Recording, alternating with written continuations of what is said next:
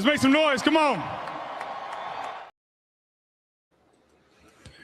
Yes, indeed. Thank you very much, Nick Foles. Let's make some noise. Let's make some noise. Welcome, one and all. Welcome back to the Final Word here on the It's a Wrap Sports Network, with your boy MattyB on the call.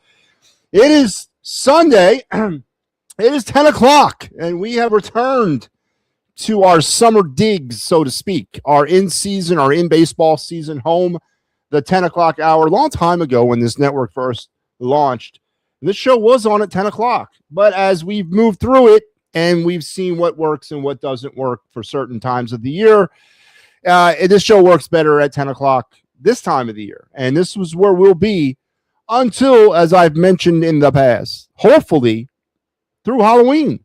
And then we'll head back down to 9 o'clock after that. So we are back at 10 because we are also back at the baseball season. And if you had the privilege of joining us earlier here on the network, we did our 2026 Fighting's Final season premiere Phillies preview show, which I want to thank Al and Mike again for a great job. And I, again, cannot stress this enough. Wish them a great, profitable, fun season as we embark on season number 5 of the Fighting's Final Phillies post game, because on this Thursday at the bank, the Phillies and the Rangers will get it going for real. Now, Major League Baseball will start Wednesday night at 8 o'clock, a single game, as it should be. No Tokyo series, no South Korea series, no, just one single game to kick it all off Wednesday night at 8. It will be the Giants against the Yankees. They will get things rolling, and then on Thursday, we'll get it going here on the network. The Phillies will get it going. The rest of Major League Baseball will get it going, and this is your Fighting's Final schedule for the inaugural season of the year. Me and Big Al will have you on Thursday. Mike will come on you Saturday, and I'll be back on Sunday. So it's great to be back here. It's great to be back at 10 o'clock. It's great to be back talking about a Philly season and getting ready for, what did I say? It's like the 145th season of Phillies baseball, and 2 world championships. Good God, that sucks. Hopefully we can add that third one this year. But a lot's going to happen between now and then, and in order for them to get there. And also, some people that are known to us already will be part of the journey and be part of the fantastic journey that hopefully will be the 2026 season. And some people that are not yet known to us. And that's the great thing about baseball. There's a player or players out there right now in the world, somewhere in this world right now, that are not part of this organization or not part of this team. They might be part of the organization in some other way. They may not be. But that person, before this is all over with, may be synonymous in the hearts and minds of Philadelphia Philly fans. And we don't even know who that is. And I cite this name for you. I'll go back just to last season to the name Harrison Bader. All right, if I said the name Harrison Bader this point last year, and I asked you, hey, first of all, how many even know who I'm talking about? Second of all, do you know what team he plays for? So on and so forth. I would have gotten a lot of no. Yeah, I've heard about him. Doesn't he play for the Mets? That kind of thing. But as the season wore on last year, that name, Harrison Bader, became a hot name in Phillies baseball. Matter of fact, a lot of people put the end of the season, or the premature end of our 2025 season, at the feet of the injured Harrison Bader. So who will be the Harrison Bader of 2026? Who will be that person that, yet known to us, will be the one that we're talking about into the offseason? Matter of fact, we were so enamored over Harrison Bader, you people out there wanted to give him like a 2-year, $25 million contract. Craziness. He found that somewhere found that range of money somewhere in there out in San Francisco. So we'll be seeing Harrison Bader here soon, as we will be in San Francisco very early on in this season. So that is something that I'm looking forward to. So we're going to continue the Phillies conversation. Your day in Philadelphia sports history will also be back on the docket tonight, as well as your Of the Night segment. We're going to do a special Of the Night segment, and it's dedicated to the new Flyer prospects. I realized this morning or yesterday, one of these last couple of days. The Flyers have made a series of minor level moves, right, over the past 3 weeks, right? We've added 4 prospects to the pool, and I haven't even talked about them yet. So we're going to introduce you to them tonight. Some of them are straight prospects. One is on the fringe of not being a prospect anymore. I mean, you make an argument that he's not. There was a 5th player that's not even he was drafted in 2009. I'm not going to introduce him into the Flyer prospect segment. There's nobody that was drafted in 2009 that's a prospect. That's a career minor leaguer, right? There's a difference. So we're going to use our other night segment tonight to kind of get acquainted with some of the new Flyer prospects, as I've been delinquent on that because I've honestly given up. I ain't gonna lie to you. I'll sit here and admit to it. I'm not a Flyers truther right now. Matter of fact, I'm sort of pissed off at them because, as mentioned earlier today, I mean, I'm a big hockey guy. Hockey is my second favorite sport. I love hockey. I'm a ref, right? I took the year off. I did not ref this year, but I am a ref. And I pride myself in knowledgeability of the hockey game, right? I like when we do the post games. I like doing the goal breakdown segments, which I haven't done in a minute, but we'll get back to doing those here as we get down the stretch. But when you're like in the situation that we are here in the network, and you got the Philly season coming up, right? And that's 162 games, and there's no relenting on that. I mean, you get a day off here and you get a day off there, but it's literally 4 to 5. Sometimes 6 to 7 games a week that you're devoted into the Phillies. And it's so like encompassing, man. It covers you. When you don't have to worry about the Flyers, which we haven't had to on this channel or even on EOP when I was there with the Clear the Ice back in the day. When you don't have to worry about April hockey, it takes a little bit off your plate. But listen, I get it. I get where the renewed vigor is here for the Flyers as they move down the stretch. I don't believe in this team. I don't believe in the validity of this playoff run. I still think we are eons away from achieving our ultimate goal of winning a Stanley Cup. And all this, to me, it's positive. It's great to see the fight. It's great to see, meaningful hockey in April. It's been a hot minute since we've done that. I'll give you that. But my ultimate goal is to win a Stanley Cup before I die. All right? Good God. I mean, can you help me with this? So we're not going to achieve that goal. Or we will maybe eventually, but it's going to take longer for us to achieve that goal, dinking and dunking our way through these drafts at around the 14, 15 mark, trying to piece together a potential first-round talent, mid-first round. So I understand. I do. I understand the excitement around it, and they're playing great. They haven't won anything yet. They're up to 80 points on the season. That's an amazing total.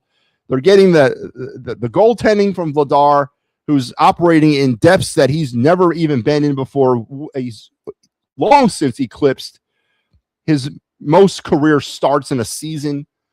But he doesn't seem any signs of wearing down or breaking down. You're getting enough offensively. This team is still averaging less than 3 goals a game. And that's just not going to get it done at the end of the day. It might get you into the playoffs. And listen, they're what?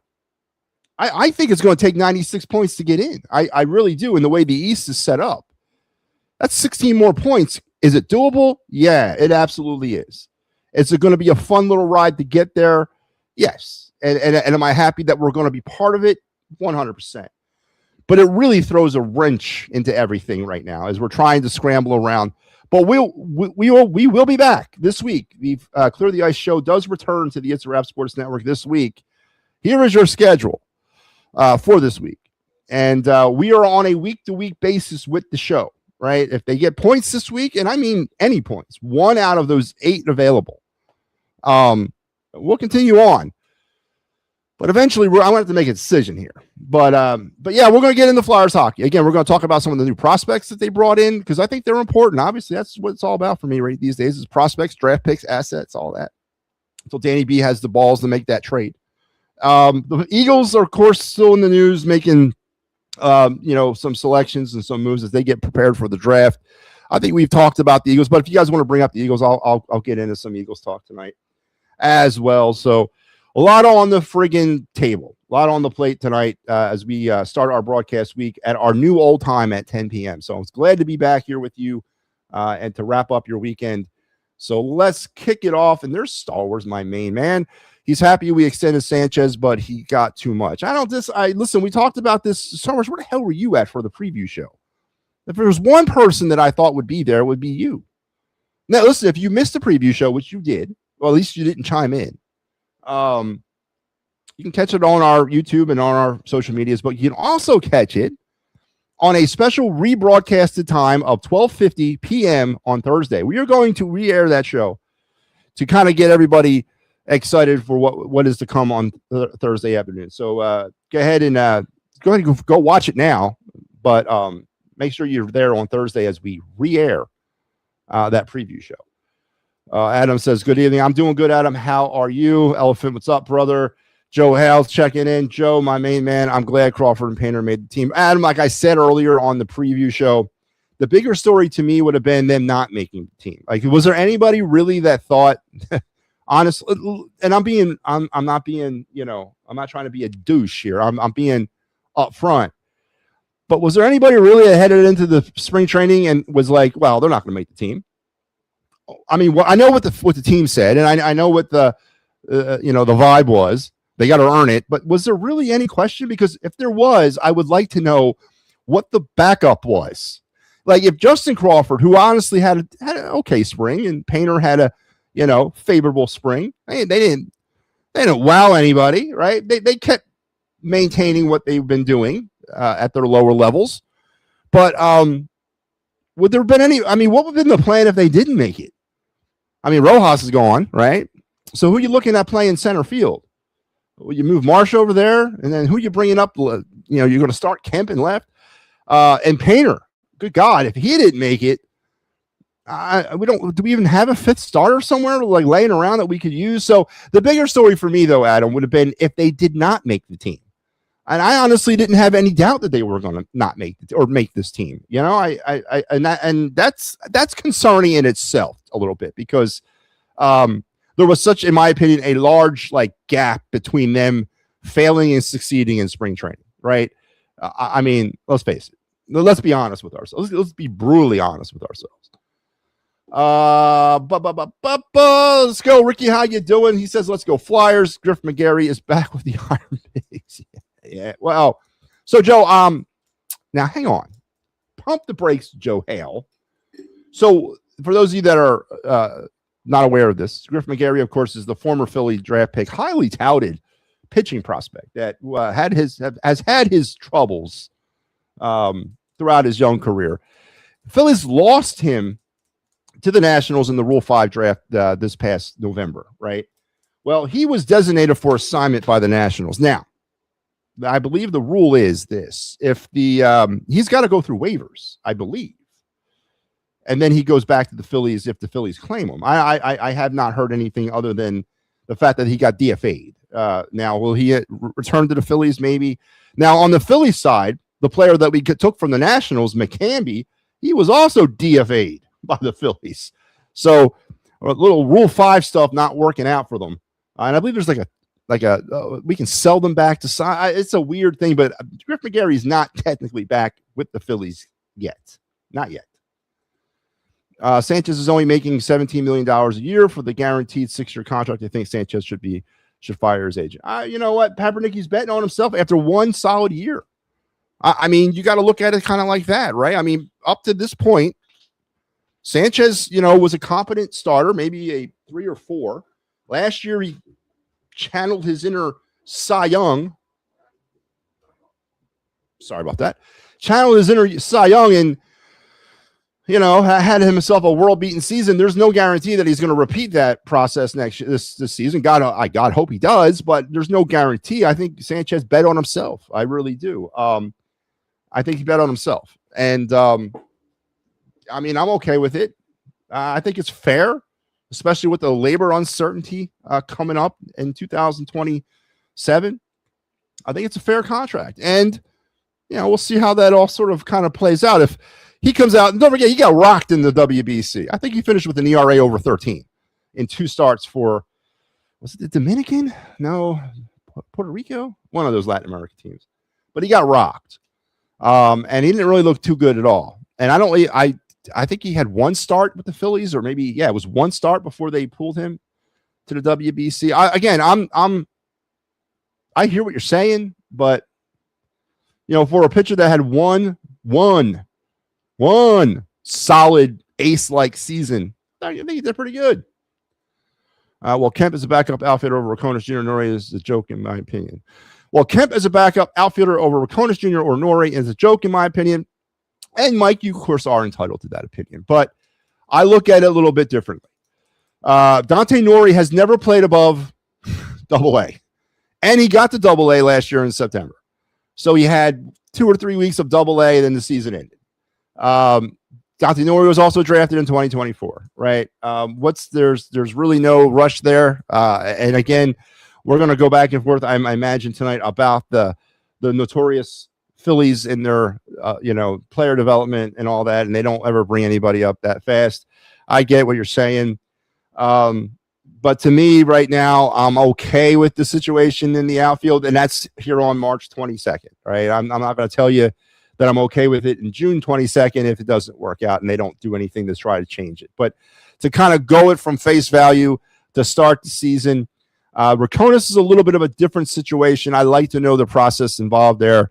I honestly, now that I think about it, I don't even think I've seen Gabe take a swing this spring. I have no idea what he did this spring, so I can't sit here and speak educatedly on that. But I would have liked to have seen Rokonis. And again, there's going to be opportunities, man. This is a long 7-month season, and you save an option on him by not, you save an option, right? Keep him down in the minor leagues. You don't burn one of his options when you got to send him back down later or whatever, and then you bring him up if you have to. Listen. We all know that the roster is not a roster freeze after this, right? We have opportunities to move players around. Nori, again, I don't agree with you on Nori. He's a AA player. He's a very inexperienced AA player. He just had 3 weeks with them at the end of the year. Give the guy some time. Let him see how he reacts. Now, the other levels of the minors have been no problem for him. Right, he blew through low A, he blew through high A, but AA is really the first. A lot of them say it, and I've listened to a lot of coaches and a lot of players say this in the past. AA is the first, oh no, I'm in pro ball moment. Right, it was when things kind of ramp up a little bit. They see different type of competition at the AA level. So let's see how he handles AA. I'm not a big fan of pulling players early. From the AA system. I know, again, we're not dealing with a Bryce Harper here. We're not dealing with those kinds of players. Let the kid continue to mature and develop. And when the need has arisen for him, if he serves the purpose right now, which he may, I don't know, potentially have to come up at some point. Yes, Brandon Marsh is what Brandon Marsh is. I'm not defending Brandon Marsh, but I am defending the Dante Nori situation in terms of allowing him to mature a bit. Down there, at least give him a half a season at AA, for God's sakes. And if he blows through AA, then send him up to Lehigh, and then we take it from there. There's no rush on that. And I don't. There's not a need. This ain't the White Sox, for God's sakes. We don't need to fill a hole right now. Right now. I will, Ricky. I will open up the phone lines. I will open the phone lines, and Ricky will be the first caller tonight. Otto Kemp is a good player. I think Otto Kemp is a solid player, man. I've been a big fan of Otto's for the last couple years, right? A big fan of his. I like to see what he's going to do with more playing time. I like to see that, and again, it serves that youth movement thing. I'm down with that. Justin Crawford is young because he's only 20. Yeah. Well, yeah, I mean, what else would he be? He's not old at 22, and he's also young because he's never played Major League Baseball before. Oh, and I saw a thing earlier with Justin Crawford, his father. It's going to be nice to see. I guarantee that's a proud moment, man. It's got to be very proud for him. and all fathers of major league players, to watch their sons carry on in their footsteps. And I'm sure he'll be in attendance on Thursday at the bank. Phillies do a good job when it comes to that, and I got to give him credit for that. So I'm sure they'll show Carl Crawford at some point during the game. But it's a very proud moment for him as a father, to see his son not only follow in his footsteps, but to achieve the goal of making it to the major leagues. It's not guaranteed that you get there, right? And it's certainly not guaranteed that you're going to stay there. So this is probably a great moment for the Crawford family. And congratulations to Justin. And congratulations to Andrew Painter. And congratulations to Otto Kemp. There was no guarantee that Kemp was going to make this team out of spring training. There wasn't. He had to fight for it. Nori, being experienced, showed he can hit and play at the MLB level for what it. Yeah, I can't. WBC. You got me all confused. WBC. Yeah, you're right. He did. But again, give it some time. All right. I mean, I listen. If there was a need for him, and they had to pull him up, sure, okay, pull him up. But this is game. We haven't even played a game yet. I'm going to side on the air of just letting the kid cook for a few more days or months. I mean, what's the harm in that? What is the harm in that right now? And unfortunately, if he comes up here, he's going to sit. I mean, the WBC moment. Was he playing against major league competition? Yeah, right? Or was he playing against more of like high AAA competition at times, right?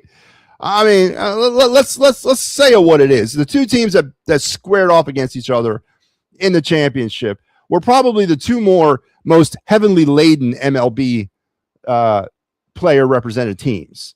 The rest of them, I mean, would you have a plumber pitching for the Brits? You had an electrician pitching for somebody. Let's give the kid a little bit more time. But yes, the testing ground of WBC is definitely better than what he would have faced in the spring in the regular spring training games. I'll give you that, but I'm ready to throttle back just a bit. I like Kemp, but not running around the outfield when he's a third baseman by trade. He's actually, is he a third baseman by trade? I don't know if he is. I think he is, but hey, they've told me, listen, man, we're going to bring you into the Phillies, Matt. Okay. What position do you play? I'd be like, well, you tell me. I don't care. Nope. Whatever you want me to do. You want me to go to the show? Man, I'll do it. Listen, I can learn to pitch. Give me a month. I don't really care. I'm an athlete. I'm a baseball player. Give me the appropriate glove and point to the position on the field, and I got you, brother. I got you covered. There is no need for Nori to start over the Hall of Famer Brandon Marsh. Also, couldn't Nori do no worse than Marsh. Again, Michael Papernick, brother, please. I mean, come on. I feel what you're saying, right? I do. But yes, right now there's no need for it. There isn't. There's no need on game -1, right? In a month, when Marsh is batting 058, yeah, all right, maybe we could have that conversation. But what happens if Nori's batting 058 down in Reading?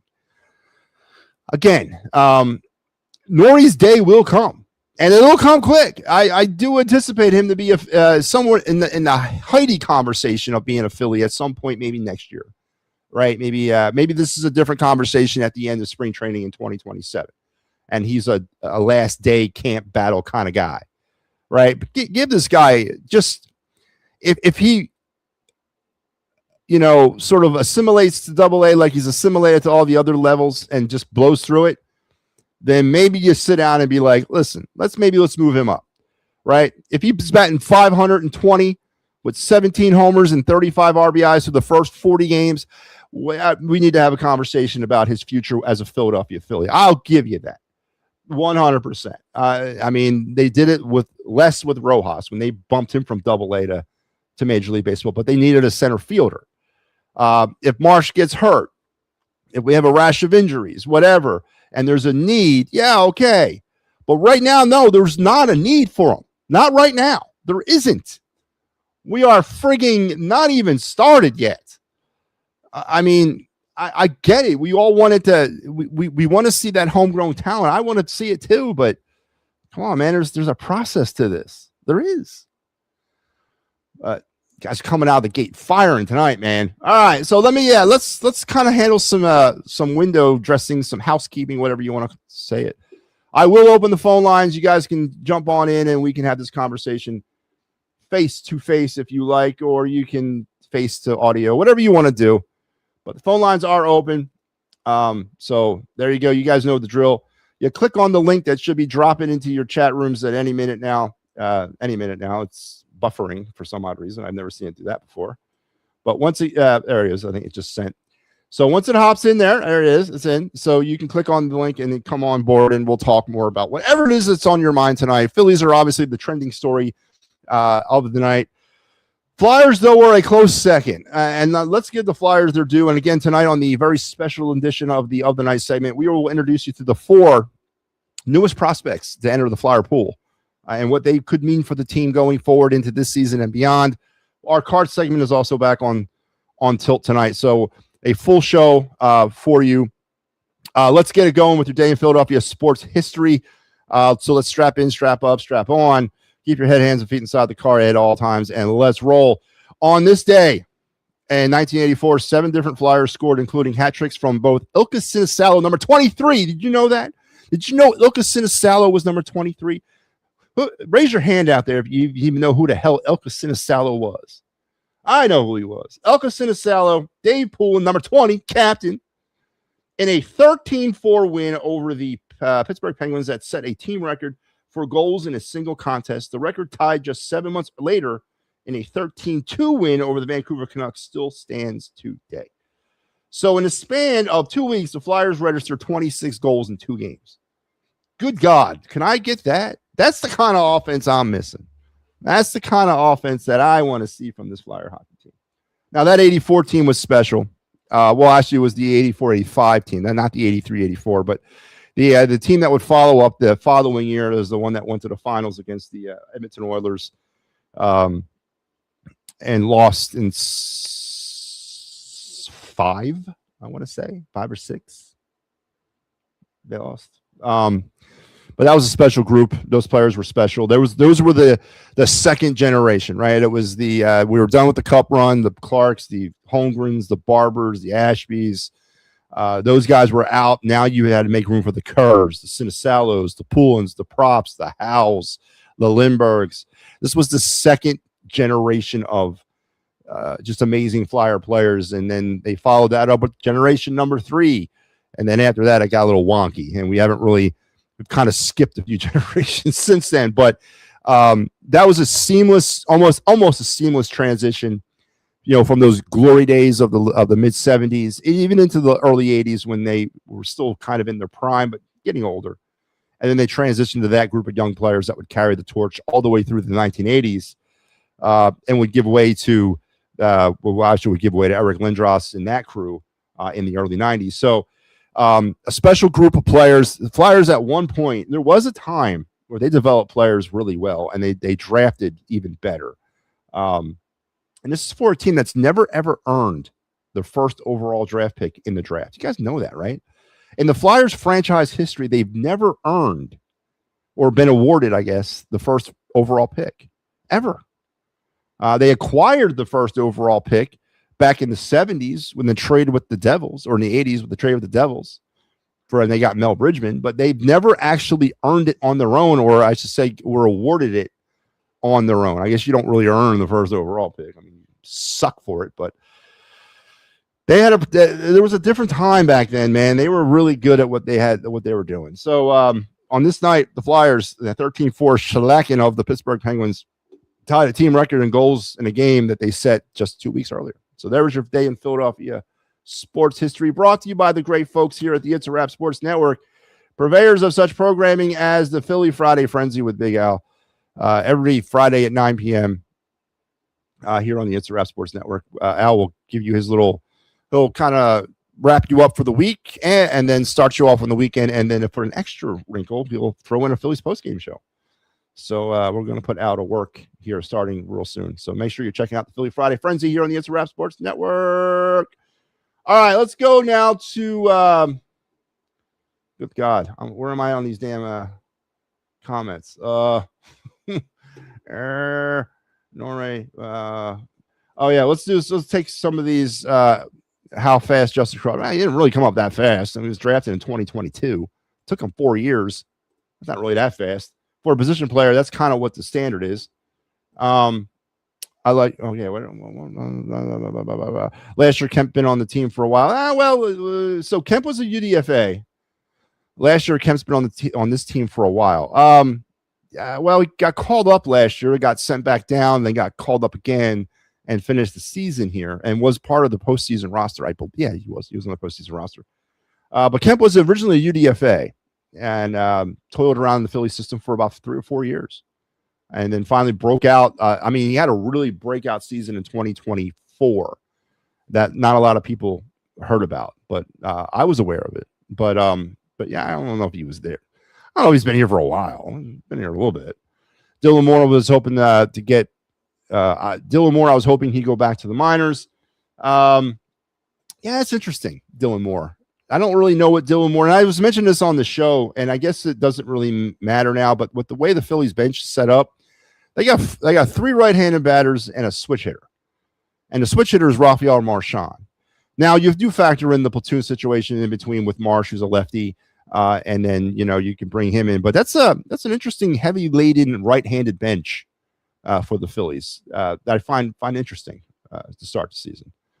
There's no need for Norrie to start over Hall of Fame. Good God. Did I already? Brandon Marsh is the only still in the Phillies. I'm Kaepernick. You're trying to get blood from the stone here, man. I agree with you. I 100% agree. It was a terrible trade. Yes, it was. It's the Logan O'Hoppe trade, and I know Logan O'Hoppe's not setting the world on fire, but guess what? Guess what he is? He's a starting caliber catcher at the Major League Baseball level.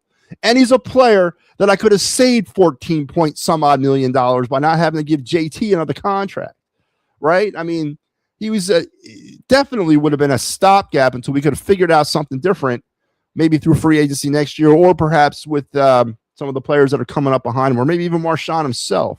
I agree with you. It was a terrible trade. And because at the time of the trade, Marsh was on year 2 of his contract with the Angels, it was made because of all the time he had under team control. And the Phillies are going to milk every ounce of that team control, just like they're doing with Bohm and just like they're doing with Stott. You can justify moving on from any one of these players. Any single one of them, you can make the same argument that you could move on from them, right? I'm not going to sit here and so why isn't Kemp not playing third base? And why is Bohm starting at third, right? And obviously the Aiden Miller situation, if you didn't get hurt, but you can make the argument about that for any one of these players that are currently, milking out the last years of their first contract. I don't think the Phillies are going to re-sign Bohm. Matter of fact, I would be like suicidal if they did, honestly. I'd be plunging off my nearest bridge if they ended up signing Alec Bohm to a contract, right? I don't think they're going to re-sign Stott either when he hits free agency at the end of 2027, along with Brandon Marsh. So this is just them playing out the string of some, I hate to say it, cheap homegrown players who are serviceable at this level. And Norrie is part of the next crop of those players. And yeah, there is a business side of this. You want to save the years. Again, Justin Crawford's emergence this season. What did we talk about on this show just about every freaking day last year? Why isn't Crawford up? Right? He was tearing it apart, especially in the first half of AAA last year. Tearing it apart. He's batting like 440 for the Pigs, leading off, right? And Lehigh had a great first half of their season last year. But every day, how can you justify to me that Rojas and Marsh are a better option than the young Crawford? Every day we talked about it. Every single day. Blah, blah, blah, blah, blah, blah, blah. And they didn't make the move for whatever reason. And there's no justification to that reason. Other than what Dombrowski said about him not playing every day, which, again, doesn't make no sense. I'm not saying this shit makes sense. It doesn't. But there's a business side of this. They're trying to save a year. Talk to Danny B and the goddamn Flyers about this Cutter Gauthier thing. That was them trying to save a year, and it bit them on the ass. Big time, right? Big time bit him on the ass. And that's what I think happened with the Gauthier thing. That's all. I don't think the kid didn't want to be a Flyer. I thought he did. I guarantee you he did. What he didn't want to do was be a Boston Eagle for 2 years or a Boston College Eagle for 2 years. And they were like, no, you're going back to college for 2 years because we don't want you here. Whatever reason, we're not ready for you. We want to save a year of your ELC. Whatever the case is, we're making a business decision to keep you in BC for another year. He didn't want that. And he got pissed. So it's the ugly business side to this, right? Again, I'm not saying you're wrong, man. But I am also saying that, no, if they told me right now, if you said, MattyB, or if I got the tweet later tonight, Dante Nori is coming up to the Phillies, I'd be like, that's a mistake. It's a friggin' mistake. Let him sit down in Double-A. Let him get at least 10 games of Double-A experience under his belt. Can we do that? Yeah, I agree, Al, 100%. Hey, MattyB, are you doing some double duty today? Yeah, that's what I do. That's what I do. Did I say process? I said process, the universal word. All right. What is this? We need a better second baseman than Bryson Stott. Yeah, we need a better third baseman than Alec Bohm. All right, we need a better first baseman than Bryce Harper. But no, I mean, we can make that argument up and down the pike, right? Why isn't Otto Kemp the permanent third baseman? Is he a better option than Alec Bohm? I mean, I don't know. I mean, we haven't really turned over the reins to Otto Kemp at third, right? I mean, there's a baseball side to this and there's a business side, in my opinion. But I'm not saying it's wrong. No, I'm not. If we were the Colorado Rockies, I'd be like, absolutely. Dante Nori should be starting in left field next to Mickey Moniak in center. And I don't even know who the hell the right fielder is. I know Hunter Goodman's their catcher, right?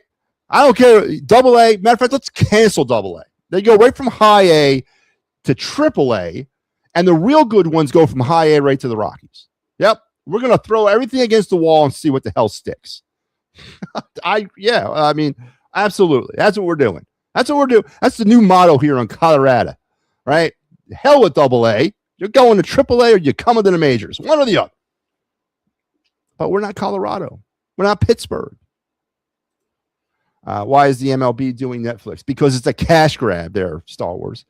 It's an absolute cash grab, man. You better get used to it. You know, all these things are going to be on streaming services here probably within the next 3 years. I was in a meeting tonight for umpires at the high school level, right? And they did a survey. I don't know where the Gallup poll from, but they said every single high school baseball game will be streamed be streaming, every single one, by 2028.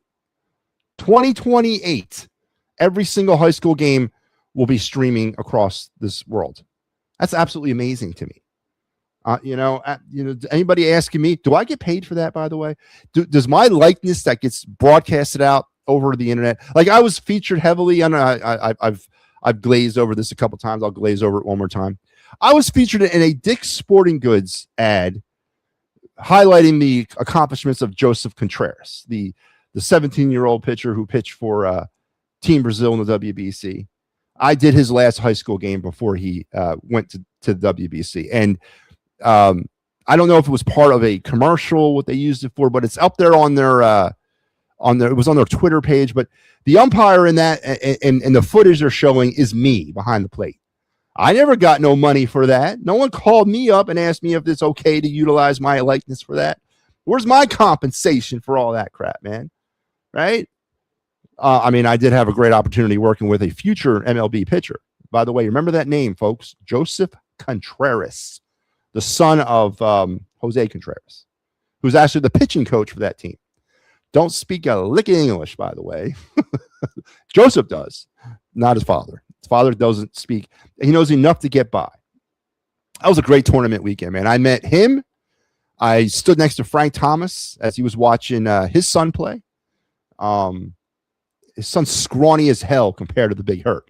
This kid's about 6 foot, 110 pounds wet. I mean, scrawny, slender compared to the old Big Hurt. But Frank Thomas was a great guy. The one thing is I didn't bring my baseball cards with me, so I didn't have a card for him to sign, which we joked about that. I laughed. At least I thought that was funny. Yeah, he kind of laughed, like, get this crazy man away from me, laugh. But you know what? Hey, it is what it is. Had a great opportunity. But again, every high school baseball game, and I don't know if they meant in my area or if they meant nationwide high school, but every game will be streamed by the year 2028. Think about that, man. And that's why Netflix is doing MLB, right?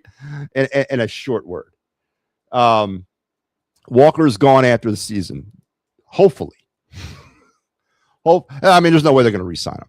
AutoChem can leave tomorrow. I'm okay with it. The experiment to me is done. Not a fan. I don't know, Dave. I don't think you can make that assessment, in my opinion. You haven't seen enough of him. He hasn't been given that opportunity, that unfurled opportunity. Listen, they thought enough of him to keep him on the postseason roster. After bringing him up, sending him down, bringing him back up at the end of the season, and then keeping him along for the postseason, they saw something in him. I don't think the AutoChem experiment's done. It's going to be a matter of trying to get him some time. It's going to be interesting how they work him into the lineup.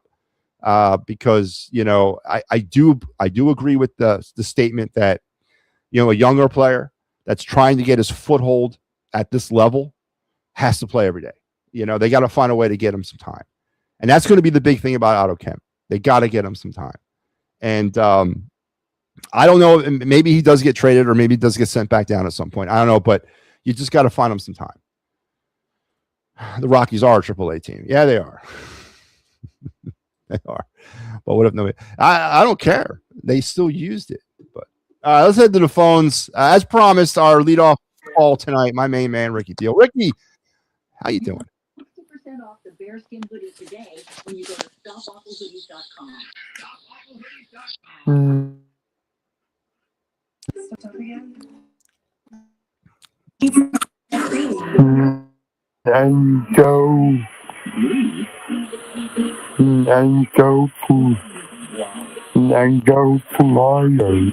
Ricky Deal, the Flyers are in a position right now, 80 points. They are poised for a meaningful April of hockey. They're a little bit on the outside looking in right now in that Eastern Conference in terms of getting into the playoffs. It's going to take a Herculean effort by this team. I think 96 points does it, but that's a lot of points to get in as the 8th seed. And that's a testament to how hard the East is versus the West. I mean, Christ, right now, I think the Flyers would be sitting in a playoff spot in the West. But, Ricky, do you think they do it? Do you think the Flyers somehow defy the odds and get into the playoffs this year?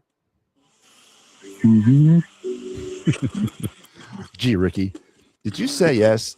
That's a surprising answer. No, come on. I did not expect anything else from you, Ricky. That's great, Ricky Deal. I again, and as I said, man, I'm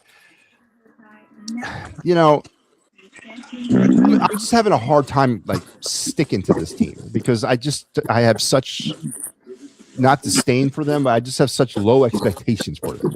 I don't believe in their durability. I don't believe in their ability to go any higher than this level. They're right now playing, I think, at their max level of skill. They're a great young role-playing team that has a lot of different cogs to it, but we're still lacking that one thing that's going to bring it all together. And until we get that one thing, it's never going to happen for me the way I wanted to, which is a Stanley Cup. And I fear that all this is that's the lower draft pick at the end of the day. You agree?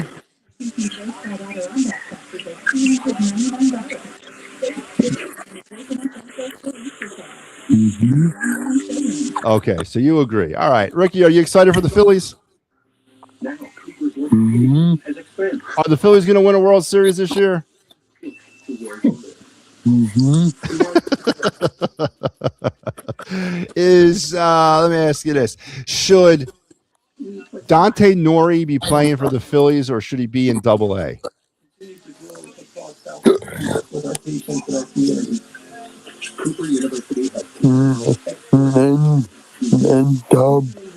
And Double-A.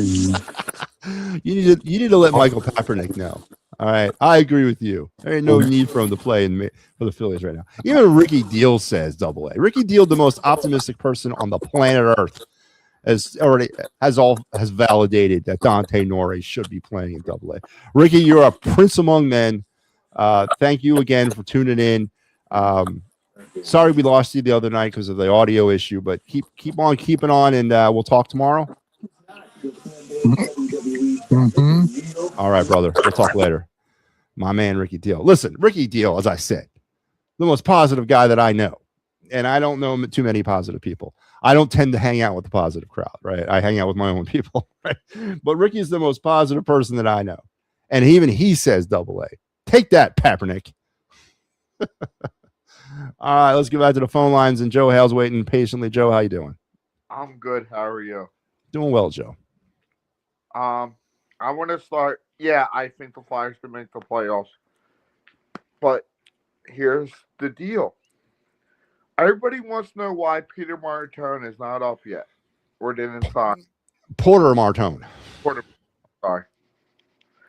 He's still playing in a college. What is it?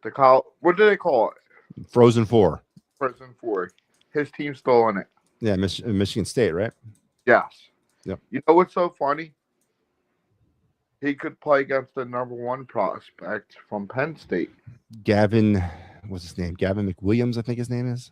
Yes. I believe there's two of them from Penn State now. Well, Gavin's the number one consensus. And I don't listen. He's a good player, but this ain't a strong draft in my opinion. And we've talked about these players, and I still owe about a whole third of draft prospects. But I'm not sold on this year's draft class. Not at all. No, either am I. But the Flyers got some great news today. Well, what's that? Pittsburgh lost, and the Islanders lost. My concern is Ottawa and Detroit. And we have 3 games in hand with Detroit. That's going to help a lot. We own a tiebreaker against Ottawa. Okay. And I was talking to somebody from Toronto Maple Leafs about the Flyers pick, and it could be converted to this year in an NHL draft. You mean the pick for Lautinen? Yes. Okay. So while I was on hold, I did look up the Griffin McGarry story, and he doesn't have to clear waivers because the guy that the Phillies picked up and the Rule 5 pick and let him go, McCamby. He was reassigned already to their team. So he already went back to Washington? Yes. I had seen the story break. It broke earlier today. I saw both of them were DFA'd, or they didn't. Both of them did not make the rosters. And I know that I think there's a cash, someone's got to pay $50,000 to they can go back if somebody pays them.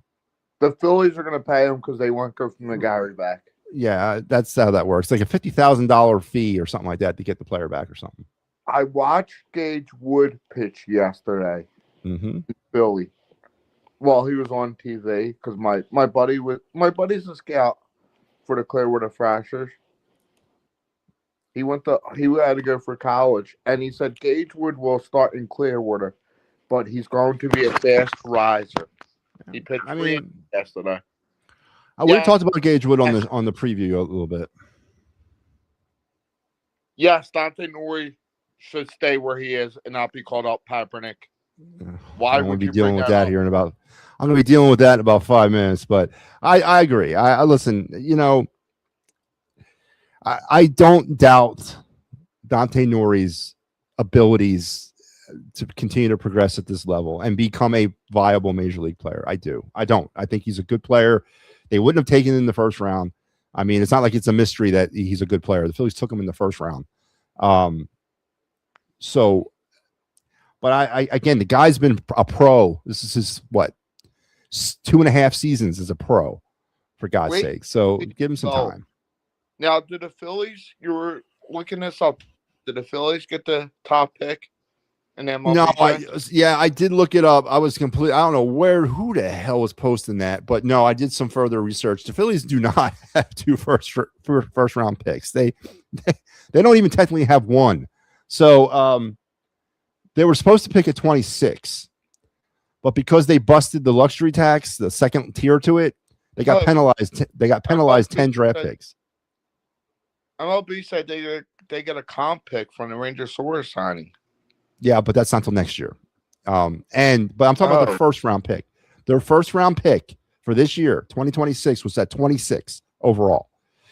But because they violated the threshold, they lost not 10 draft picks, but 10 places in the draft. So they're not picking till 36, which is not technically this. That ain't the second round. It's like competitive A level bracket. Okay. It's technically still the first round, but not the first round, and it's not the second. It's in between the two. And we were talking about this on the show earlier. We're hosting the goddamn draft, and we don't even have a first round pick, technically. So I brought this up this morning to Big Al and shout out to Big Al and Big Mike about Rangers Soares is not ready. You heard that, right? No, last I saw he was pretty dominant pitching for Valenzuela. Oh, he's having back spasms again, back tightness. Yeah, that was a surprise. They put him on a DL, and the Rangers are not starting to grow. Who are they going with? McGore? Oh, Ethan. He came from the Red Sox. Oh, starts with an I or A, doesn't it? His last name. I'm not starts sure. with a vowel. Yes. Because hang on, I'll tell you what it is. It's Ethan something. Evaldi. There you go, Evaldi. Yeah, that's his name. DeGrom. I'm surprised. I would thought Nathan Evaldi. Yeah, Mackenzie or Jack. Why isn't? I don't know why they're not. I don't know. I gotta look that up. I don't know why they're not starting the Grom. He's not hurt. Who would it be? Game 2, Nola, or is it? Yeah, it's gonna be Nola. It's gonna be Nola. So, do they even have? I'm gonna see if they have the pitching matchups announced. I know it does. And so yeah, it is Evaldi. Evaldi against Sanchez in game 1. Wow. I know why they kept all more. What's that? I know why they kept more. Why they keep more? He can play every position except catcher. And yes, he could play every position besides catcher and pitcher. I didn't know that. Well, most utility guys can play most of them. Sosa can do the same. I think Sosa can catch too. I think Sosa can play them all. Actually, I think he can. I think they could probably put Sosa. I think they pitched him before. But yeah, a blowout. That's what a good utility guy can do, man. Go in anywhere. What about? Are you upset about Stubbs? No. Well, did they trade him? There was. Yeah, so they have till Tuesday to submit their final rosters to MLB, and they're going to try to trade him before Tuesday. If they can't, they're going to DFA him. Okay. Yeah, I'm in love with Painter. Okay, let's see. Power arm. What do you consider a successful season for Andrew Painter? His ERA below 20. Did you say below 20? No, win record. I would go 10 wins for him. Wait, Joe, you gotta broaden it down a little bit, man. What the hell you mean below 20? Like 18's okay? 18's okay for him. I think if they make the playoffs, which they will, and he's not on is he on a pitch count? Does anybody know? As far as I know, he's not. He came off pitch counts last year. As far as I know, he is not on a pitch count, and but they'll probably put him on they'll put everybody on a pitch count. You know that to try to save arms. I can see him being a bullpen piece in the playoffs. Yeah, me and Al were talking about that. Alan Walker. I asked Al that question. I said, "What if he's Al thinks?" So I asked Al the same deal about the ceiling of Andrew Painter. What's a successful season for him? And he said it's solid 4 or 5, right? Solid 4 or 5. Then I said, okay, based on a solid 4 or 5, would you carry him on your starting rotation in the postseason, or would you put him in the bullpen? And he said the same thing, bullpen. And I agree with that. I would go for the Phillies starting. I would go Wheeler, which they're going to extend, I believe. Sanchez was Wheeler. I don't think Wheeler wants to be extended. Doesn't he want to retire at the end of 27? Did he say that, or end of 28 or something like that? He wants to play out this contract and be done. But he did, but he also rehashed that on. Go back and listen to the WIP when they were in Florida, if you can find it. He also said he would sign a deal after that. I don't know if I want him, but okay. He said it's up to his wife. Make a woman make his decisions for him. Hey, that's not a man. That's a less than a man right there. Just look, Painter got engaged to be married. Again, women are going to drag these people down to the depths of hell. No women in training. That's what Mickey said, right? No broads in training. Yes. Oh, I sent you 2 cards. Look at them when you can on Messenger. I will. Darren Dalton. What's that? Darren Dalton, what year? 93 autograph. Oh, autograph, really? Mm. And Greg Luzinski. What year? Card. What year? Huh? Oh, you got him to do it up at his barbecue place? Yeah, I sent both to you. Cool, man. I'll check it out. So Dylan Moore, you're puzzled by Dylan Moore. Yes. You're also are you puzzled by Otto Kemp? I love Otto Kemp. I think Kemp's a better third baseman than Bohm. Okay. But I love Kemp in outfield. Thank you, Dave. Yes. Women weaken legs. God, I miss those days. I miss those days, man. I miss the days when I watch Rocky, the original movie. I see my youth playing out in front of me every time I see it. That's how life was for me back then. I wasn't a prize fighter from South Philadelphia that was trying to make his way up through the ranks to fight the heavyweight contender. I was like 8. But other than that, the visuals of that time, God, we have fallen so hard as a society, man. I wish we could go back to those days. For All-Star break, can you guys do the sports best movies? Like the top 5? Top 5 sports movies? We'll see if we can work that in. Yeah, that's not a bad idea. Is Rocky your top 5? Is Rocky your number 1 sports movie? No, Invincible. Yeah. I don't even know if you would. Is Rocky even a sports movie, though? Not that boxing's not a sport, but do you look at Rocky as a sports movie? Yes. I don't know. I would put a lot more layered than that to me. I would put Major Leagues up there also. But Vince Vaughn, Rookie of the Year, The Sandlot. Oh man, come on. League of Their Own. What? A League of Their Own with Tom Hanks. It's all right. You don't think? What about Field of Dreams and what about Bull Durham? I mean, those are the Mount Rushmore. Field of Dreams number 2, behind Invincible, and Bull Durham would be number 3. Okay. Yeah, so. I don't know. Yeah, I don't know about that. I don't know about Invincible, man. That was a little. And Invincible was completely like 80% of it was Hollywood. Like that wasn't even really his real story. You're right. You know, but yeah, but no, it was a good movie. I'll give you that. So, I'm going to the Sixers Wednesday, and I got upgraded to club box seats. Awesome, Joe. Look at you moving up in the world, man.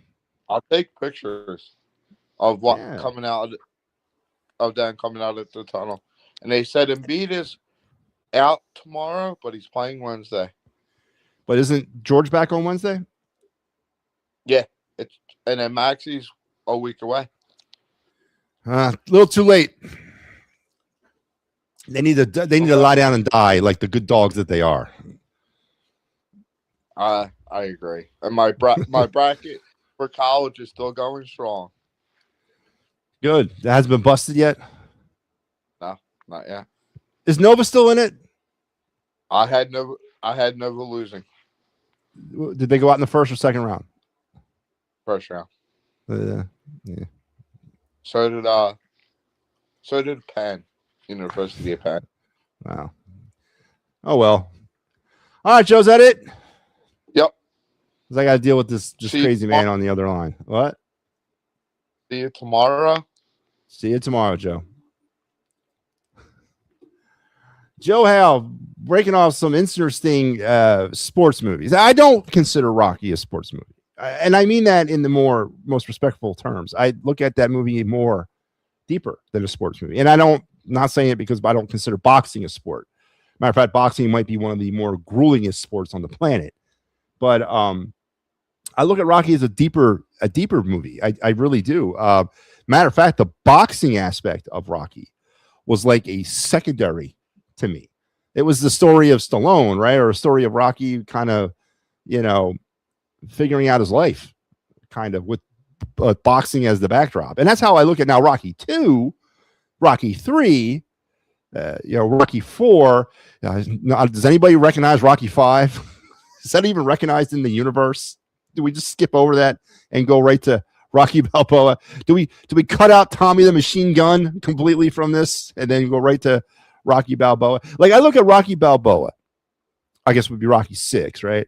And Rocky the original as sort of kind of the same like type of movie, using boxing as sort of the backdrop to the other bigger story that was happening, So whenever everyone asks me about sports movies, I never even like go to Rocky at all. It's just it's just an all-time favorite movie of mine, And again, as I said, if you want to know what life was like in Philadelphia back in the late 70s into the early 80s, let's watch Rocky, and will give you the visual. The sun never shined. It was always gray. It was always cold. It was always November, right? I don't remember the I do remember the flaming trash cans. That was happening. I do remember that. Don't remember the doo-wop bands on the corner though. That's a little bit before my time. But everything else is pretty visually accurate to what life was like growing up. The milk crates, hammered and nailed to the telephone pole, serve as a basketball net. We had that on our block. I had that. Just that. God damn. We didn't know how good we had it, man. I was really pulling out some interesting names, some interesting sports shows. Invincible was off the again. Invincible wasn't even his right, like not his whole accurate story, right? Miracle was a great movie. That's a really good movie. And then of course, if you hadn't seen Miracle, you certainly saw it on the weekend that the U.S. was getting ready to play Canada, because it was on every other Twitter clip that you saw, as they were getting ready to play the Canadians in the gold medal. But no, it was a great movie. Yeah, right. He was from Delaware too. Slapshot. That's a sports movie. Hoosiers. That's another one that doesn't get as much credit. Would it be easier to rate them like top 5 basketball movies or top 5 baseball movies or top 5 football movies or top 5 hockey movies? Would it be easier to do that than to actually broaden it by saying top 5 sports movies? I think it'd be easier to like break them down by sport, because it's hard. It'd be hard to put some of these movies ahead of other movies in just a roundabout category. I think you'd have to do it basketball. And then if you're talking basketball, Hoosiers is up there. I mean, it's way up there. I like Blue Chip with Nick Nolte and Shaq and Penny Hardaway. That was a really good movie about, recruiting violations back in the day. That was a great movie, basketball wise. But Hoosiers definitely was there. What else was there basketball wise? Coach Carter, that's a good one. Yeah, there's. I think it'd be easier to rate them by sport versus by basketball. Yeah, Moneyball and Space Jam. That's right, Space Jam. I guess it's a basketball movie. Doesn't make my list, but now Moneyball. Yeah, that's another one. Baseball wise, baseball is probably the hardest one to put in any kind of top 5 because there's such great movies, iconic movies for baseball. And I guess it really would boil down to like, what aspect are you trying to see? Rookie of the Year, Little Big League, Sandlot, they're good movies in the baseball genre, but the movies like Moneyball and Field of Dreams and Bull Durham, they're different levels than those other movies for baseball. They're way up there when it comes to that, Yeah, he got game. White Man Can't Jump. Now we're getting silly. And Rudy. I didn't like Rudy because I don't like Notre Dame. This just threw me off right off the bat. Don't like Notre Dame. But hey, if you want to continue the sports movie conversation, we can do that. And Star Wars likes, is that Major League? Now, Major League was funny. Absolutely funny. And original, right? And that's a part of this too. They took a concept like baseball, which is not an original concept, and they made something original out of it. Now, the sequels were trash. And they got worse and worse and worse the more they did. But the original was good. Yeah, again, I don't think I've ever sat down and watched Rudy through and through. I just don't like Notre Dame. I can't stare at that helmet for more than 5 minutes without getting sick. And I believe you. I believe you. All right, so let's go back to the phones. There we go. What's going on, Papernick? What's up, Matty? Much, Brian's song. Good movie. Good movie. Best movie ever seen. And when he put De Niro who played Rocky Marciano. Was it him? Played Rocky Marciano? Yeah, that was him. And that boxing movie, that was good. Was that Raging Bull? Yep, Raging Bull. There it is. Yeah. Raging Bull. Oh, wait, and I only know who plays this because he's the greatest dunker of all time. There ain't nobody better than him. The Fish that Saved Pittsburgh, Dr. J. That's right. Oh man, these people don't know what the fish. They don't know anything about the Fish that Saved Pittsburgh. Come on, you're making all these young people in this chat go. They're Googling it right now. And the Will Ferrell movie. Oh. Yeah, when he was the basketball semi-pro. Was it semi-pro? Yeah. Yes. Jackie Moon. Now. I don't want to get into the Dante Nori stuff right away. I'm going to start off with Christopher Sanchez. He needs to fire his agent. You know how much he's making a year starting next year? That's when his contract kicks in for 6 years guaranteed. You know how much he's making? It averages out to about $17 million a year, right? $17 million. Guess who's making $9 million more than him? Who? They decide the guy, Jesus Luzardo, is making $26 million or something like that. Yep. So let me ask you this. Hang on. Let me ask you this, and let's do this from the business side. The Phillies are all in on. They gave him a very fair contract, in my opinion, because of 1 year of excellence. 1 year. Well, okay. 1 year. Yeah. 1 year, Papernick. That's what that was the reward they gave him for having a great one season. This could have been a flash in the pan for him. He could come out there this year and be pitching somewhere north of 5. You know what I mean, and be totally terrible. So I'm okay with it. I think it's a fair deal, and I think Sanchez looks at it that way too. What did Luzardo do to deserve to get the $135 million over 5 years? Well, now that's a little bit of it. Luzardo's been doing it longer, been doing it more sustainable longer. Well, has he been top 3 Cy Young? Has he? I'm just wondering. No, but no Sanchez top 3 Cy Young. One time. No top 2. Yeah. One time. Well, right, yeah, so but here's far. the thing. He carried that team after Wheeler went down. 100%. So, and the Phillies only offered him $17 million a year. Pepper, Boy, you're talking like that from like a handshake and a hoagie, man. They gave him $17 million a year. Wait, let's stop. Let's stop for a minute, man. Think about this. Every player in that team should be bound down to this guy right now. He just took the team friendliest contract I've ever seen. For a guy who carried the team, it's not 100% that Wheeler's going to be 100% this year. He's going to be the ace start in the first game.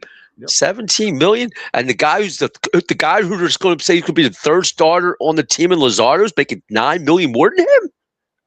Now, what is? Wow. Now, hang on. No, you listen. Wow. I'm not saying you're wrong, but let's look at the landscape of baseball. No, I'm not saying you. I'm talking after 2026. What happens when the salary cap, this new CBA kicks in? That could be a really good contract in this new CBA world. It could be. Okay, listen. Yeah, it could be Matty. It could be a good contract. You're right. He's still getting shortchanged. I want to know where Jesus Luzardo deserves to get $26 million, whatever he's getting, 26, 27, somewhere there, $1 million a year. I just want to know how he deserved that, and he's never been top 3, top 2, top 5, top 10, top 20 in Cy Young. Nothing. He didn't carry the team. That was Sanchez, and they're putting it on Sanchez this year because it's not 100% that Wheeler's going to come back. Even whatever, that guy should be, his agent should be fired. But you know what? I get it. He wasn't greedy. It's a good contract. He ain't being greedy, and it's guaranteed. Yeah. It's a guaranteed contract. Okay, he's not being greedy. He's not going to be like the guy on first base who's going to cry for more money when he hits 20 home runs. You know, he's been crying for the last 3 years. You know, and we hurt his feelings by calling him. He's not elite. You know, we got to worry about Mr. Harper's feelings and all that. When you got a guy over here busting his ass, carrying the team pitching wise, and he gets 7. And I know it ain't chump change, but in baseball terms, that is chump change. It's a chump change for a player that is relatively new on the scene in the elite world, right? We're taking 1 year. He could go out you can go out opening day Thursday, throw out his tear his arm, Tommy John, end of his career. Okay.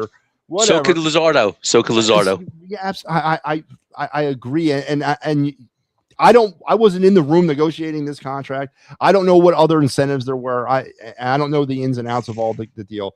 Listen, and again, we're arguing over a good contract signing. We're arguing over something that the Phillies needed to do. Maybe he loves it here. Maybe he wants to hang a shingle in Philadelphia. Who knows? But I would love to know the negotiating process, but we're never going to find that out. But you're right. No, and I'm push back on the carry thing a little bit. Yeah, he did the yeoman's amount of work. And in that playoff series against the Dodgers, if we didn't have him, it would have been a lot worse than it was. Right? I'll get you. But Luzardo came up big late. He did. Ranger came up big late. He did. Taijuan Walker came up big late. Nola came up big late too. For this team going down the stretch. So I'm not going to push. I'm not going to tell you you're wrong about Sanchez. He emerged from the herd as that guy. He did, but he got some help too. But your essence of your argument is correct, Kaepernick. The Phillies got lucky that he took that contract. All right. Okay. They got lucky because you know what? Now they got 4. Now they have 4 starters in that rotation. I'm with you because I didn't think that was. I still think Nola's the piece on that team that if it don't go well, that's a bad. They're hoping that Painter pans it out. Otherwise, it's just down to Christopher Sanchez carrying the team with Luzardo. But they got 4 guys, $100 million or more, counting Wheeler. Now Wheeler did say he did. Joe was right. Wheeler came out and said that I read it that he would He's thinking about possibly playing after 2027. Would you up him to an extension? No, because I don't think he wants one. I think he's smart. I think that's why I'm telling you, Harper's going to cry after the season when it gets near as soon as it gets near the CBA because they're all going to kind of know. You know what I mean? What's going, and then you'll see. Watch. Hold no. It'll be. And baseball is going to turn into if they were smart, but a lot of these guys like LeBron James. Everybody thought LeBron was doing the team with no, he was doing 2-year deals with one year option because he can get more money every year. And if he didn't get it, just wait. He'll get it the second year. That's all he was doing. He was just Now, Peppernick, Al brings up a point here. I don't know if you can see the screen, but he says, I want to read you his comment. He says, wait, are we mad because the Phillies made a great contract signing and then gave him more? They could have done nothing. And that's a good point. He wasn't in a contract year. He was under contract for what was it, $8 million a year he was making? $3.5 million this year he was going to make. Yeah. Al says, he told me that. He still had 3 years of that deal, correct? Left? Like, I know they must have wiped it off because next year that 6-year contract kicks in. But I'm saying though, but before the extension, he still had about 2 or 3 years left on his current deal, right? Like I said, his agent should be fired. I'm not mad about the deal. I'm just all about his agent. His agent should be fired. But they didn't have to give him a contract right now. They did as a sign of good faith, and they probably threw it out there and he took it. So again, there takes two to tango on this. Well, I don't hear Harper doing that. Harper wants more money. Well, Harper wants more money. That's all I keep hearing. He wants more money. Oh, but he can't. But he's not elite. He's you know he can't. Elite. He's not clutch. He's not clutch. He's not elite. He wasn't elite last year. He hasn't been. He hasn't been elite. When he can show me he's elite and he can catch up to the fastball and hit 30 to 35 home runs and give me 100 RBIs, I'll call him elite. Kaepernick, is he going to the Hall of Fame? Well, let's put it like this: does Mike Trout go to the Hall of Fame? Because you've looked at the numbers. I'm asking about Bryce Harper. Okay. Does Bryce Harper go to the Hall of Fame? In your opinion? Now, it's fringe. It's fringe. Yeah, it's right on the fence because the reason is you got to look at Mike Trout and what he's done. People say he's not going to the Hall of Fame, but he's got numbers. Just him and Harper's numbers are not much different. Except he's never been to the World Series. I think he's been to the playoff once or never. He's got 2 or 3 MVPs. Harper has 2. If you look at their career, it's kind of similar, except the injuries killed Trout. Yeah. Killed him. But now to go to Dante Nori, here's my thing. Brandon Marsh, I just read it. Do you know he bats? So you're going to platoon. This is what's going to happen. You're going to see Marsh hit against righties and Kemp hit against lefties. That's what's going to be your outfield, with Garcia and with Crawford and center. Because Brandon Marsh hits like 199 against left-handers. You're not going to see him in there. Okay? So there's my point. I understand there's a business side to this. I get all that. Is really losing 1 year for this kid or Gilbert, because you know what's going to happen. They're not going to bring none of these guys up. Oh, they'll trade a couple guys and go get themselves the new Harrison Bader or something and bring them in, and then we'll all bitch and complain because we traded this person for the guy who shouldn't be out there playing. That's what's going to happen. Yeah, I'm here. You there? Okay. Yeah, that's what's going to happen. I guess I was dropping. I thought I was dropping. Maybe it's my internet may drop for a second. No, I think it's me. I think it was me. No, okay. Listen, I'm not. Again, I can make an argument. We can sit here and you could argue both sides. And you're right. You're absolutely right. Is there a place? Is there an alternate universe where Nori is up here right now and given a shot? Hell yeah! If Scott Kingery got a shot, then Nori should. There's a world for that. But my point to the business aspect of this is that. Yes, listen, as I said earlier, you hate Marsh more than I do. and I don't hate Marsh. No. I don't hate Marsh. He sucks. He stinks. No. I don't hate Marsh. No, I don't hate Marsh. He's not a starting outfielder. Okay, he's not a starting outfielder. He's a very good defender. But here's the problem I'm getting at. Otto Kemp is our backup outfielder. That's our backup outfielder. He's our 4th outfielder. Otto Kemp. So is Dylan Moore, and so is Sosa. Dylan Moore's hurt. I have more confidence Sosa running around there than I have Otto Kemp. Seriously. Again, I see what you're saying. And could there be a place at some point this year if Dante Nori continues what he's started in terms of his ascent through the minor leagues and he tears up Reading? Absolutely. We've done it with Rojas. We did it with Kerkering. They called these guys up from Double-A. There's a chance. You never say never, or he gets traded or at some point. I don't know, but Dante Nori will have his time here, and it'll be okay. Hopefully, when he's ready to be here. The guy who's going to get caught up is either that Rincones or the other guy, Ryan De La Cruz. Yeah, one of them will be caught up. I think, but that's my point. Like, if you're not gonna play, if these guys like Rincones and you're not calling them up, like I said, they're going to be traded. They're going to be traded because Nori's not going to be up this year. You know that. I know that. We all know that. They learned that they got stung by Scott Kingery, which was on Clentac, which they shouldn't have gave him a contract without swinging a bat in Major League Baseball. That's on them. Okay. Then, and there was no World Baseball Classic at the time either. So he did hit against, he did produce this kid. Now, yes, but they're going to, he's going to trade away them guys like that.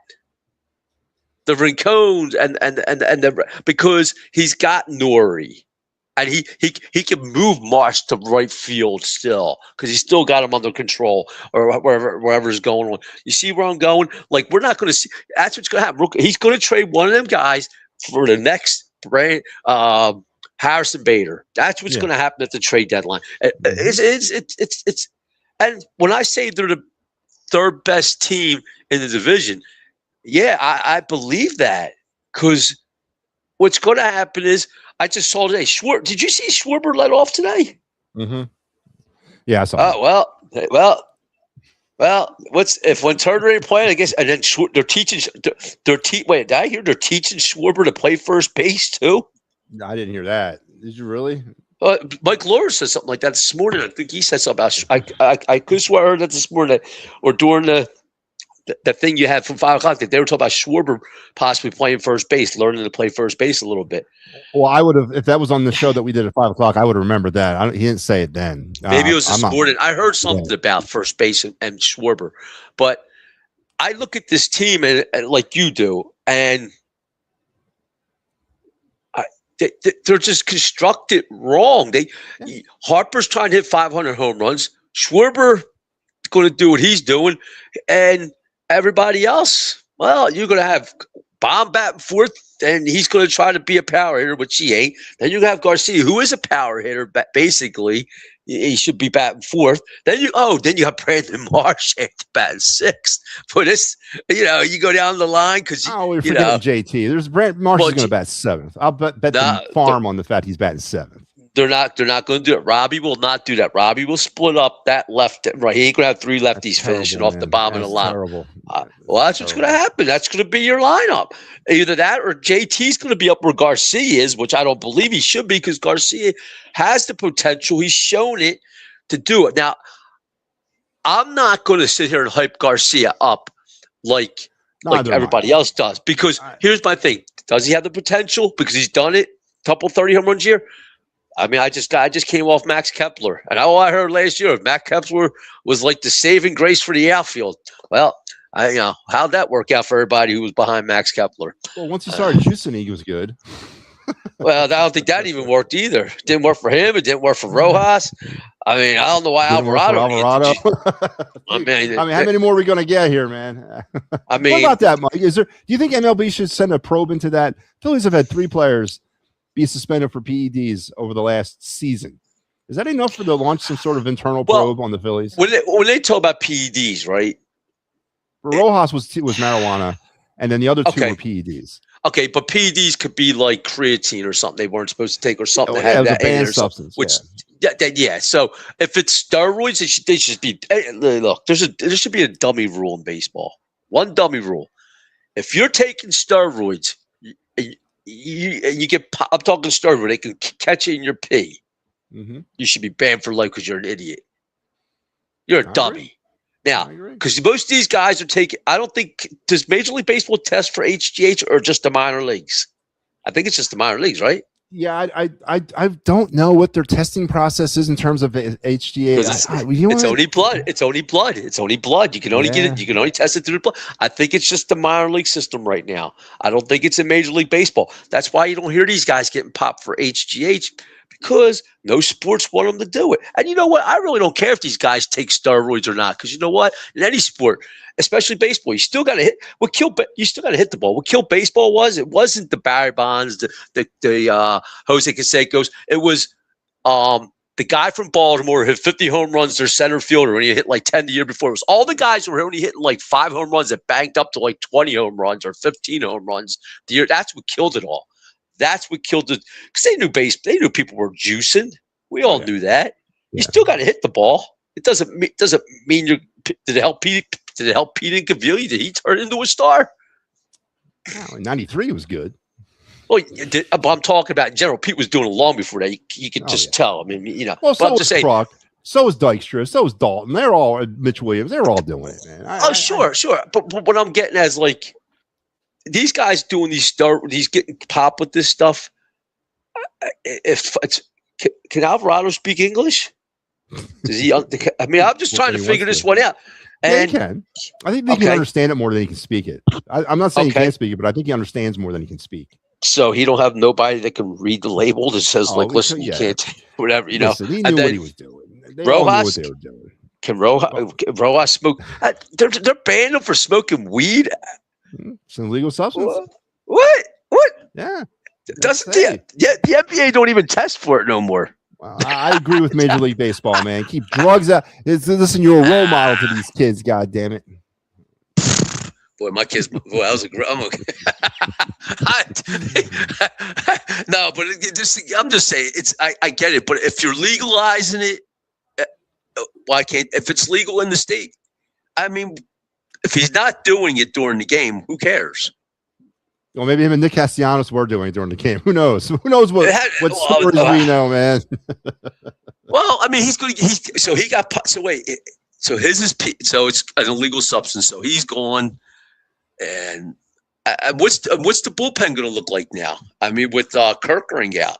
Yeah, well, he's out just start the season. Zach Pop's going to move into that spot. I mean, the Phillies do have some better options than they did last year at the back end. They don't, it was what Kerkering and Romano. Now you got Keller, you got Duran, you got Alvarado. I mean, you got a little bit more of an option in the backside of that ball. I'm very happy with their bullpen on paper right now. Who's the eighth? Okay, who's the eighth inning guy? It would be probably Keller. Okay, and then Alvarado in certain situations. But the X factor, I'm going to get. There is one X factor in this whole thing. Oh well, yeah. Well, listen, we already know that, and that's why Don Manning is here. Well, you know what? I mean, it could be a little too late for that one too. I mean, but you got this guy sitting there, and it's like he's going to bring Alvarado in one night in the 6th inning, and then one night in the 8th, and one night in the 7th, and the 9th, and it's all going to be done. It's going, Well, third place. Well, all right. Well, listen. Thankfully, Papernick, we got 6 months to talk about this every night. That you'll come on here and bitch and moan about it. Which, again, that's your prerogative. You can do it, and I'm not going to tell you not to. But do you know why I'm saying third place, Matty? Because I don't. I know why. I'm jaded. I'm jaded for the last couple of years. I'm jaded. And you have every right to be. But what gives me hope, Papernick, and I've said this to you before, what gives me hope for this season is that when I went into the offseason, I went in with a certain expectation.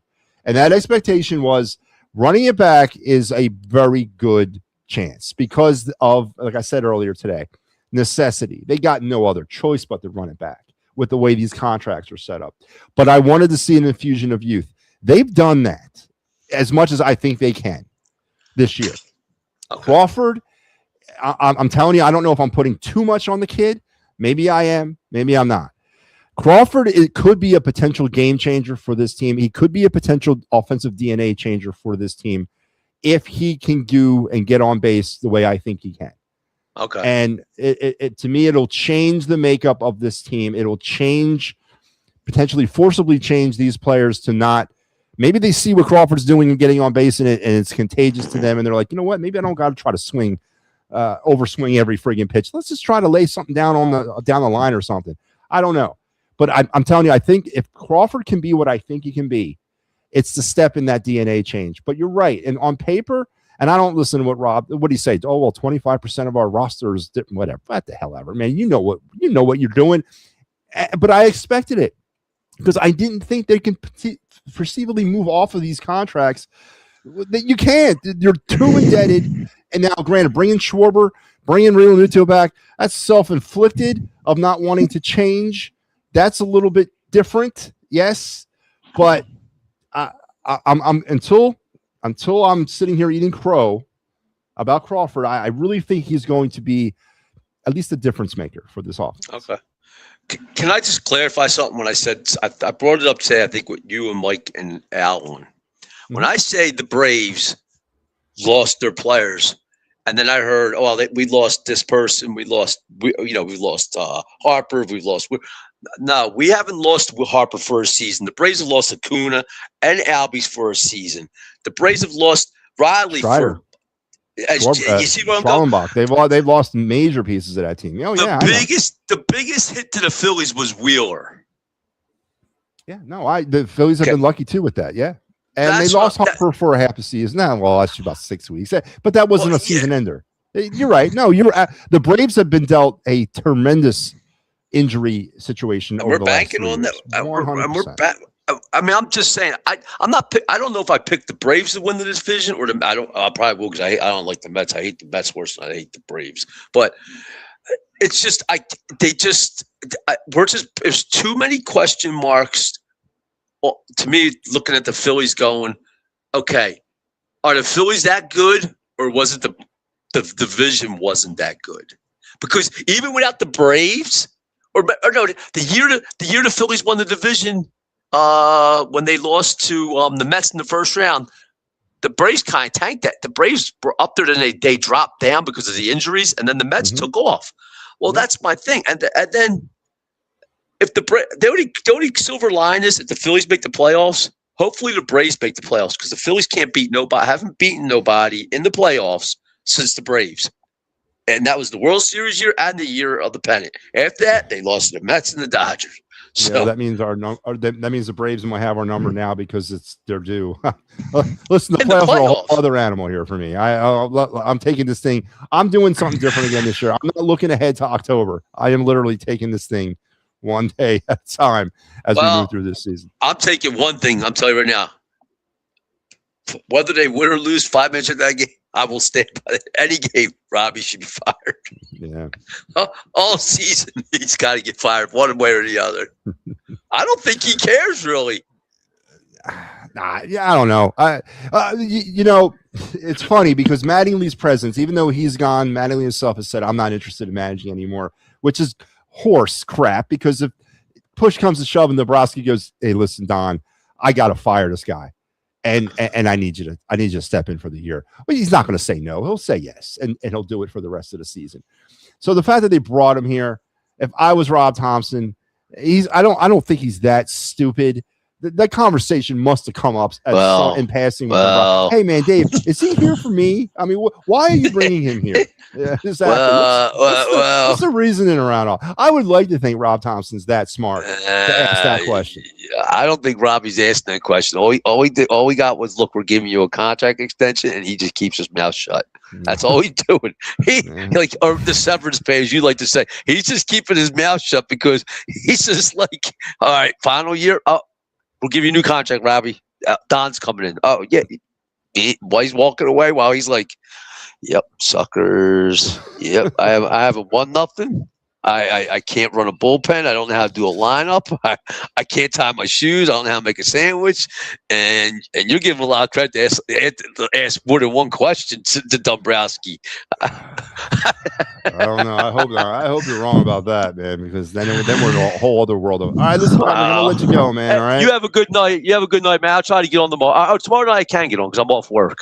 All right. Well, I'll be here, man. All right, Matty. All right, Michael Papernick. Always good to talk to Papernick, man. Always brings the fire. MP chimed in with something I wanted to comment on. Sanchez had 2 dynamic years in a row, not one. Papernick is right. Lazardo making that.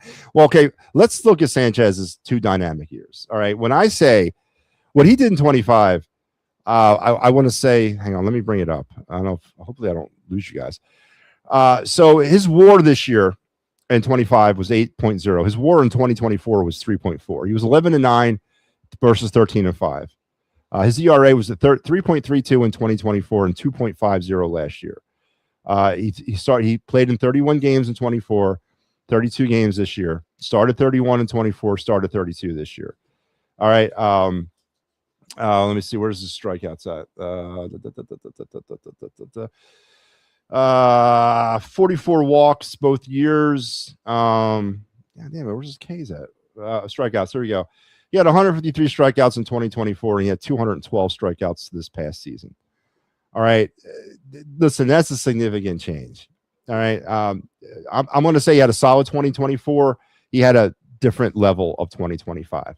And that's the numbers. That's not me speaking out both sides of my mouth. As far as Sanchez goes, what he did in 2025 was totally different than what he did in 2024. So, in my opinion, this was the first year of that other level ace-like performance that he got rewarded for.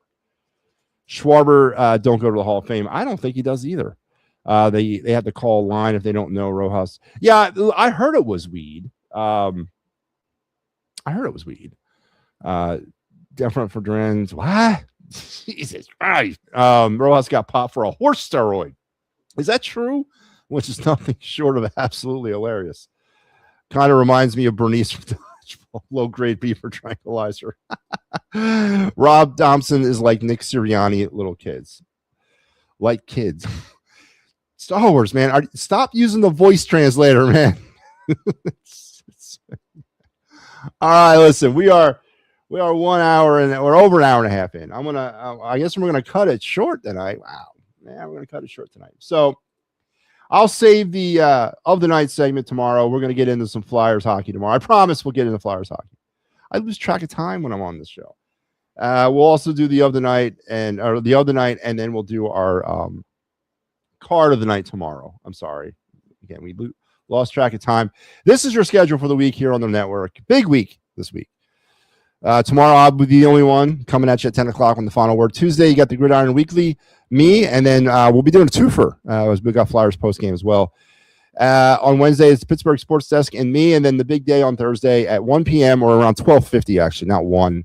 We will replay the Phillies 2026 preview show that we did today. That'll be replayed on Thursday, right before the start of Phillies Rangers.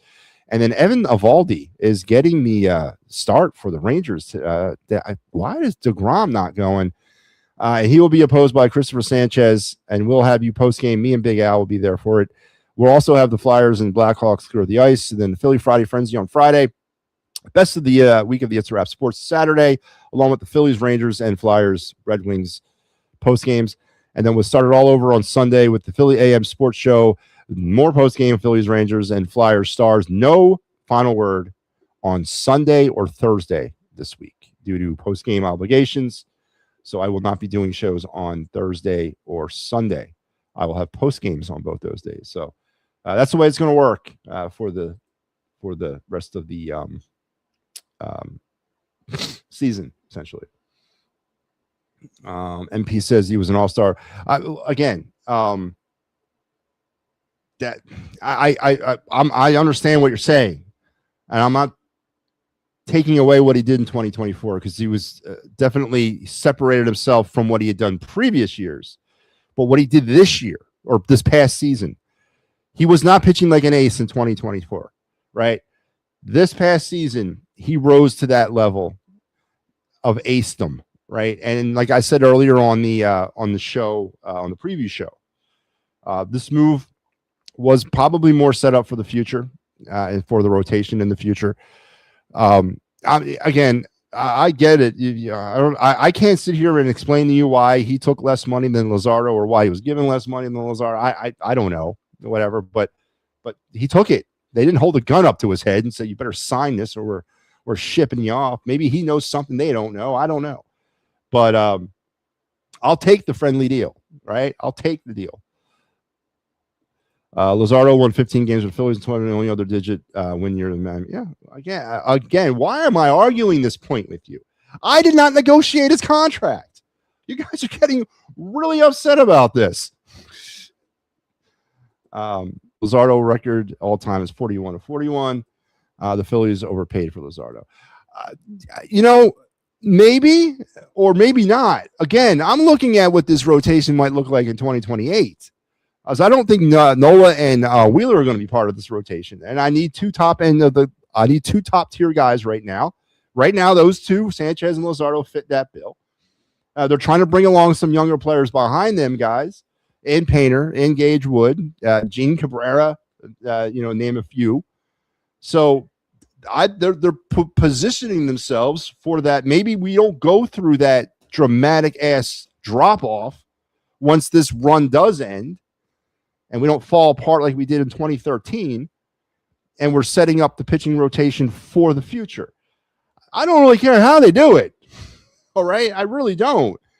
And with the labor uncertainty after this year, who knows? Maybe those contracts, maybe Luzardo's contract is, on the cheap, and Sanchez's contract is a dime a dozen, and we made out like bandits. Again, at the end of the day, I don't understand. I don't know why they offer Luzardo more versus Sanchez. I can't answer that question. I don't know.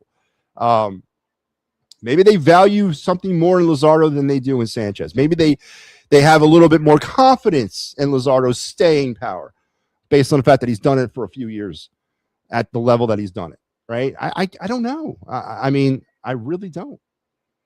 But you're getting really upset about this. I mean, are you part of the Sanchez clan? I mean, is Chris Sanchez related to you guys? Does he owe you money? I mean, I don't understand why you're getting so up in arms over this. The Phillies got a good deal, right? We complain constantly about the bad contracts, the Turner contract, the Harper contract, the Schwarber contract. Finally, they worked out a deal. Maybe he likes Philadelphia. Maybe he found a Venezuelan community inside the city of Philadelphia. Maybe he's hanging out at the Zafiri household. Oh, wait, they're not Venezuelan. They're Italian. Never mind. Maybe he found somewhere else in Philadelphia to hang out. I don't know. I can't answer that question. I don't know. I'm not Chris Sanchez. Maybe the guy comes from humble stock, and $17 million a year is plenty enough for him. I know it'd be for me. I'll be $17 million. Okay. I don't know. And as you said yourself, Papernick, maybe he comes from a different place in the world. Maybe he comes from a different upbringing, right? The Harpers of the world, they came from a different place. Maybe Sanchez came from a different place too. Maybe he doesn't want to be greedy. Maybe he's like, this ain't going to last. I better cash in as much as I can now before my arm falls apart and I am worthless. I don't know. I can't answer that question. I can't. But anyway, as I said, we'll get back to all the other stuff tomorrow night. I promise. Promise.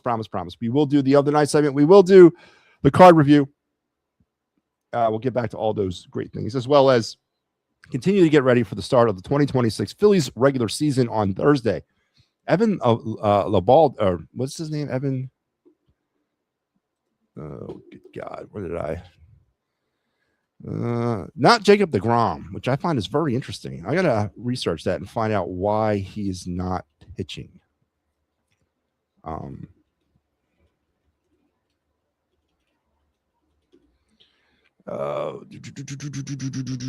Nathan Eovaldi. Not Evan. Nathan Eovaldi is pitching for the Rangers on Thursday. As of right now, that's the listed starter. That's all they listed. They didn't even go. There's no starters listed for Saturday or Sunday yet. But Phillies will finish up their spring training tomorrow against the Rays before heading back north. And on Wednesday night, as I mentioned, Yankees and Giants at 8 o'clock, 7 o'clock. I don't know the exact time. We'll kick it all off as the standalone start to the 2026 MLB season. It's here. Tomorrow we'll talk about some of your opening day traditions. Do you guys have those? I have one. I don't work. It's my opening day tradition. I take the day off. So we'll get into that. Maybe we'll talk that later in the week. So thanks a lot for being part of a very, very active day here on the network. 3 shows, the 3 very good shows. Thank Al and Mike again for putting in technically I worked 2 shows too, right? I just did them in the different order than they did. Busy day on the network, so I want to thank everybody for their participation, their contributions, and their work as we got through a very good day. Remember, please spread the word about the network. We've had sizable growth over the past 5 months. I need to get more of it. We need to get the word out there, and just have people understand that this may not be your grandfather's sports talk station, but this is definitely we're doing some good things here. So Spread the word. And until we talk again tomorrow, enjoy the rest of your Sunday night. Have a good day at work tomorrow. I'll see you tomorrow at 10, as I'm the only show on the network tomorrow. So be back here at 10 o'clock tomorrow. Until then, I'm out of here. Take care.